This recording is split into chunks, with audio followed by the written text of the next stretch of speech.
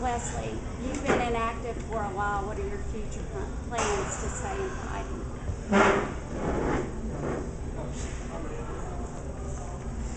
Yeah, like Will said, I've had my ups and downs, but I mean that's what happens when you got a full-time job and you got a brand new baby boy and you got a family. It makes it a lot harder for you to get in there and train like all these guys 3 times a day. I mean, it just is. It is what it is. I got to work with what I got. So, I mean, I'm coming off a loss down in New Orleans. The dude whooped my butt because I was out of shape and I didn't cut the weight the right way. And but now, I talked to my boss. I talked to my work. They gave me plenty of time to, do what I needed to do and do it the correct way. So I've been training my butt off, and I feel like I'm in the best shape of my life. I've had some tough fights. I fought Dustin Poirier. He fights in the UFC. I fought some guys that fight in Strikeforce. So, I'm just ready to get out there and show people that, maybe I was lackadaisical in my training and a little lazy, but I got a family and I got a full-time job and I got other stuff. So this time I took it serious and I'm going to show everybody that I'm serious. This question's for Jeremy Caldillo. Your fighter that you're going to be facing, Landon Ackle. He's got a 5-0 streak and pretty well known to be a striker. How do you? What are your plans to handle that?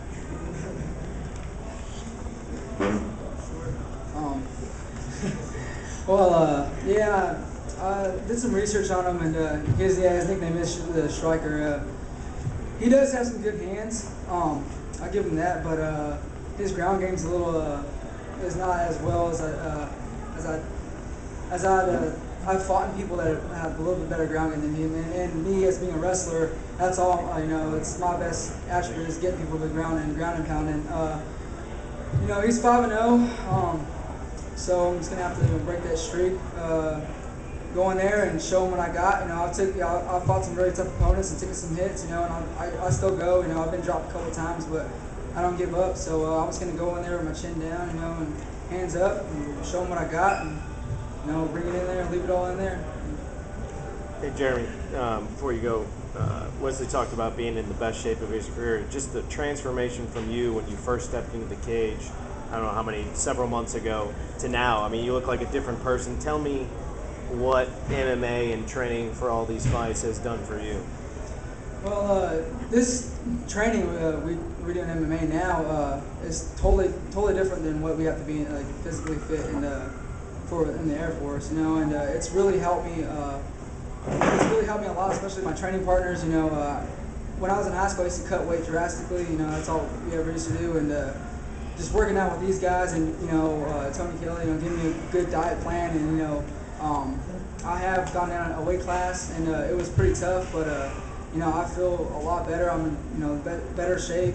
I look a lot better. My wife gives me some compliments sometimes, but I feel really good, and it's really helped me in actually being fit to fight in the Air Force and getting up in the morning and going to work early and having kids and stuff like that. So this MMA has really helped my whole life, I guess. It's changed me as a person and in my life. I got one for Nick. I know Will talked about you being in Ring Rulers for a while. Was your first fight in Ring Rulers?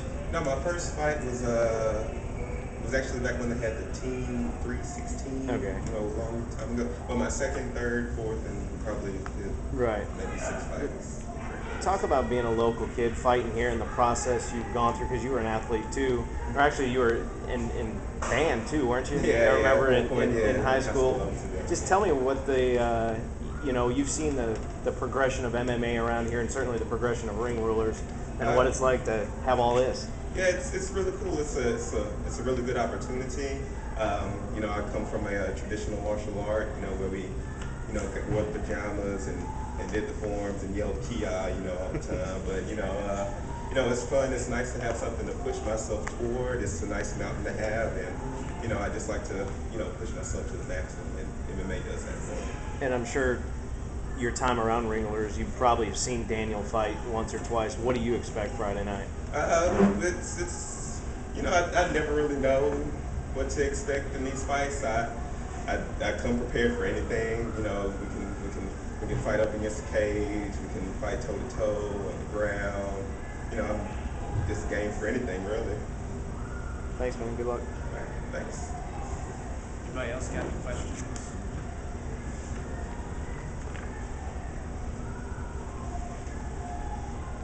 So, just to let you know about this week's activities, Thursday at 2 o'clock, 2:30 is when we'll kick it off. At 2 o'clock, we'll be having the fighters here, not here, at the boardwalk.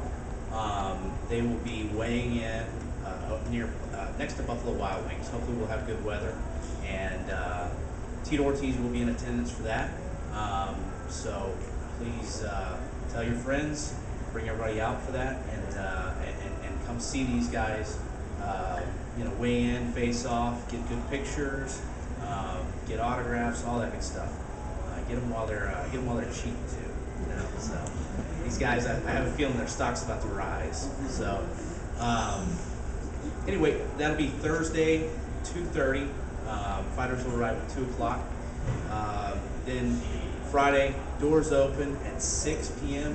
Fights start at 7. Get your tickets at riverdome.com. Find out more about Ring Rulers at ringrulers.com.